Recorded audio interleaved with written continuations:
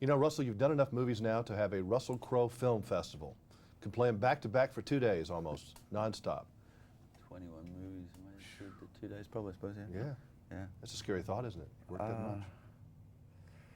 I'm not sure if it's a scary thought, but certainly means I'm getting a little old, Jimmy. I'm aging.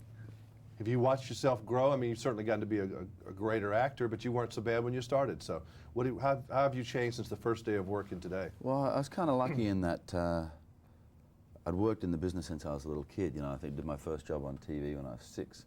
Never in, you know, like a leading role or anything. But then I did a lot of theater through high school, and after high school progressed into sort of professional theater, professional musicals and all that.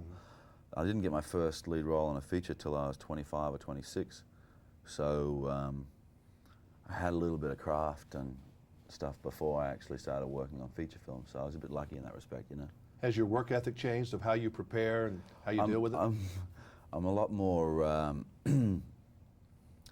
was going to say cynical, but that's wrong. I think I have a very basic attitude towards it. You know, there was a lot of old stories that old actors used to tell. You know, that I would be offended by as a young actor. You know, because I was always, this is not work, it's art. You know, the fact that somebody pays you has got nothing to do with it. It's an art form.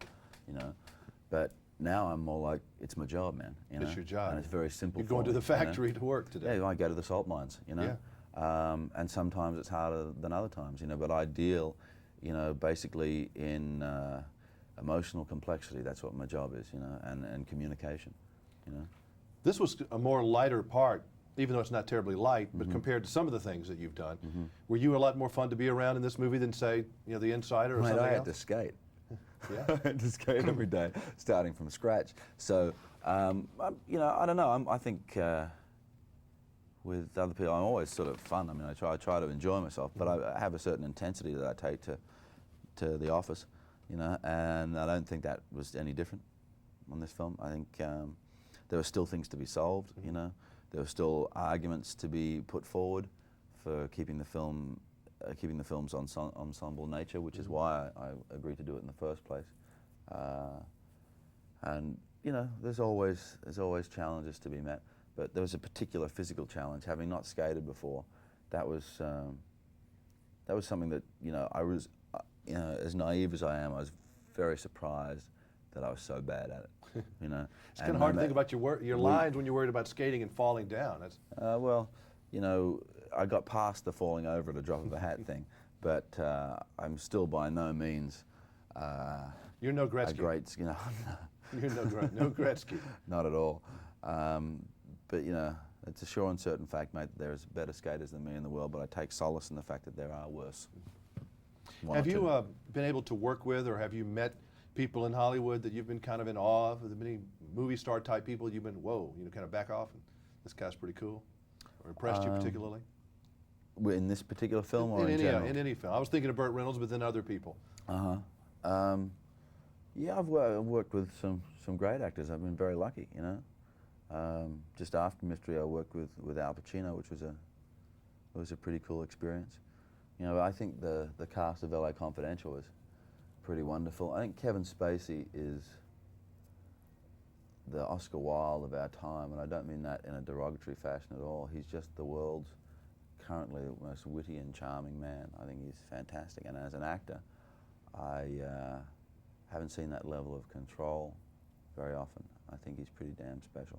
You know? Do you find these people that you're interested in, say a Kevin Spacey or any of these other ones, you find yourself watching how they do their process and then realize I can't, you know, I got to do my thing, but you watch how they do theirs?